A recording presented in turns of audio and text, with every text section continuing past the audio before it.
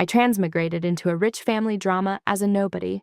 Then I found out the male lead's father, Cassius, can hear my thoughts, so I started thirsting over him inside my head every day. Daddy's ring sitting right at that spot. That nose could cut glass. He warned me coldly, "I only see you as a child." I was heartbroken.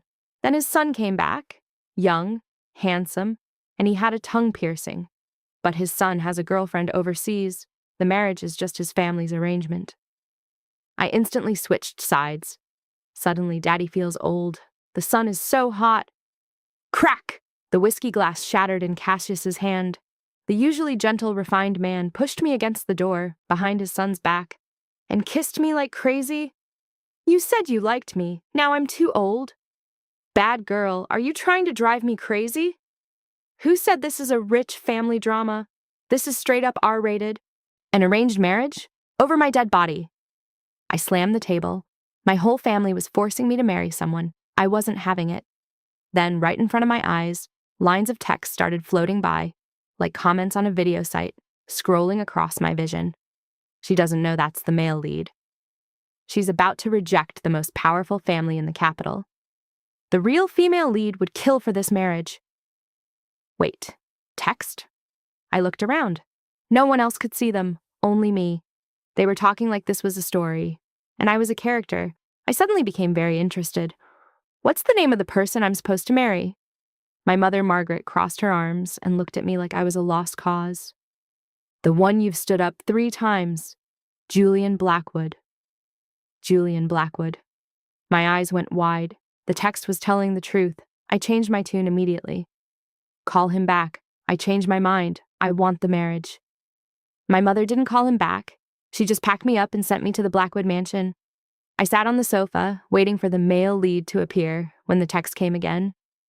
Why is she here? The plot isn't supposed to go like this.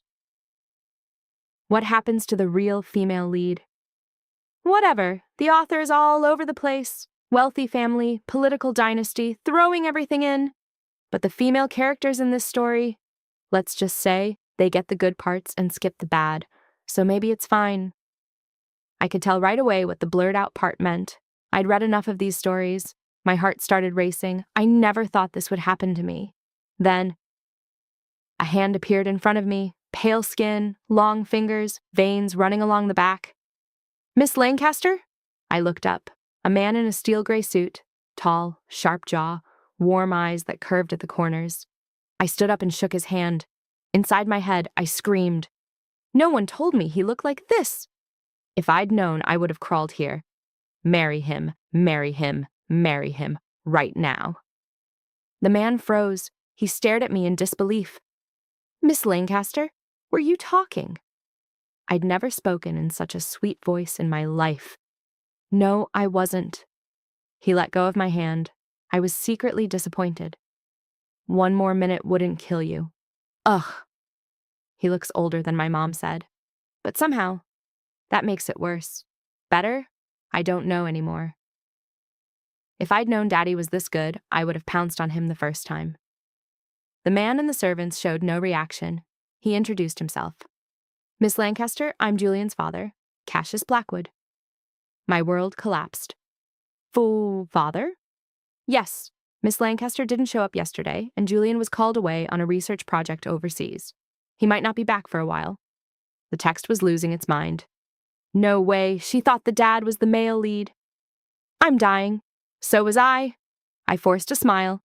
That's fine, I'll wait for him. I can look around the capital in the meantime. My family will kill me if this marriage falls through. Cassius thought for a moment. If you don't mind, Miss Lancaster, you can stay here. The servants took my bags upstairs. I collapsed on the new bed, clutching my chest. My heart was bleeding. Life is playing me like a joke. Congratulations, you played yourself. I gritted my teeth. Stop singing! She can see us. No wonder the plot changed. Stop calling me a nobody. Yes, ma'am. I was sad. Do you think I have a chance at becoming his stepmother? He's been single for 15 years. He doesn't do relationships. The son is his adopted nephew. Well, that was a terrible answer. I sat on the floor and drew circles. What are you doing? picking up the pieces of my broken heart. I smelled something from the kitchen. I snuck over to see. Cassius was making soup. He can cook. Daddy is the authority. Look at those biceps, those forearms. I can't imagine how good he is in the kitchen. I thought I was being quiet. I was not. Miss Lancaster, aren't you going to see the Capitol? The driver Wu is waiting at the door. Right. Yes. Going. He wasn't this distant when we first met. What did I do wrong? I've been so careful, trying to make a good impression. This is sad. Miss Lancaster, Cassius called my name. I turned around confused. Come back for dinner. My bad mood vanished instantly. I will. Yes, dinner. He wants me to come back. I'm so happy. I was so happy I tripped on the rug. Ah! Careful! Cassius caught me. First time this close. His broad chest, his strong arms, surrounding me. What is that smell? Roses. Lavender. I can't tell. I'm going to pass out from happiness. He let go immediately. His face went cold, distant. Miss Lancaster, go. I snapped back to reality. I left the mansion reluctantly.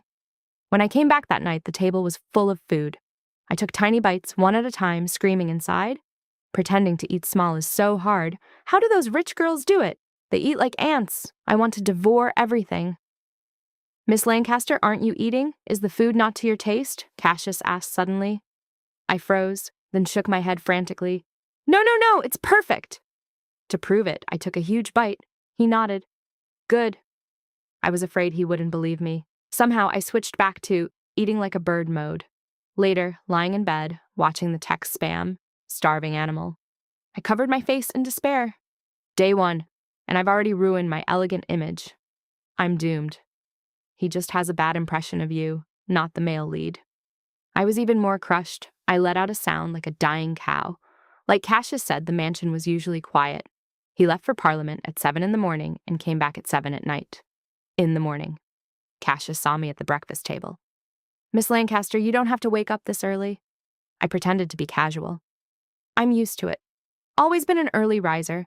Healthy habit. The lazy me who sleeps until noon and paints, not me. I'm definitely not saying I just want to see his face for 5 more seconds.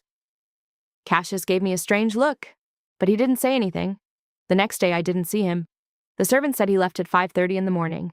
He came back at 8 at night, then went straight to his study. This went on for a week.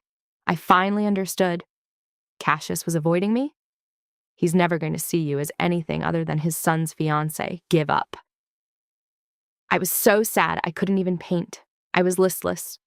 If the marriage doesn't happen, I still have a chance. Don't tell me to give up, or I'll walk into traffic. At least use a knife. Walking into tofu doesn't count. I silently picked up a kitchen knife. What are you doing?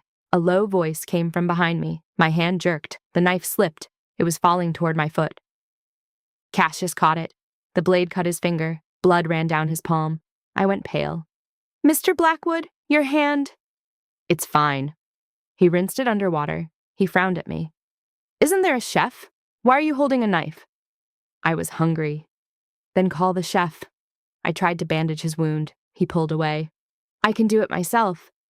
You're Julian's fiancé. We should keep our distance. Hearing the text say it was one thing, hearing it from his mouth was completely different. My heart ached. I said I was sorry, went to my room, put on headphones, painted, pushed the feelings down. Before my family realized I was a disappointment, my parents were strict. They didn't even let me cry. It would hurt the family image. In high school, I had a first love, a pianist, kind eyes, gentle. His name was Ethan. My parents broke us up. I wanted to cry, so I held it in. A few days later, I was full of fighting spirit again. I wasn't interested in anyone before. I didn't care about the marriage. But now, I'm not ready to give up. Cassius hates me. So what? Take a risk. If I win big. Once Julian comes back, it's over. Respect, go for it. I was full of ambition. I opened my door. My smile froze. Cassius was standing outside, holding a ticket. There's a concert at the Grand Theater tonight. I didn't know if he had heard what I said earlier. I took a breath. I said it. Mr. Blackwood, I like you. Cassius froze for a second. Then his refined face went dark. Miss Lancaster, you're my son's fiancé. Don't joke like that. I'm not joking. Julian isn't back yet. I'm not his fiancé until he comes back. He stepped back. I don't know what I did to make you think this is okay, but for the sake of both families, stop. He stepped back. I stepped forward. We would still be connecting both families. Why can't you give me a chance? His voice was cold, each word a warning. I'm 10 years older than you. I only see you as a child. I smiled. Let a little of my spoiled side show. That means you don't hate me. I'm going to chase you.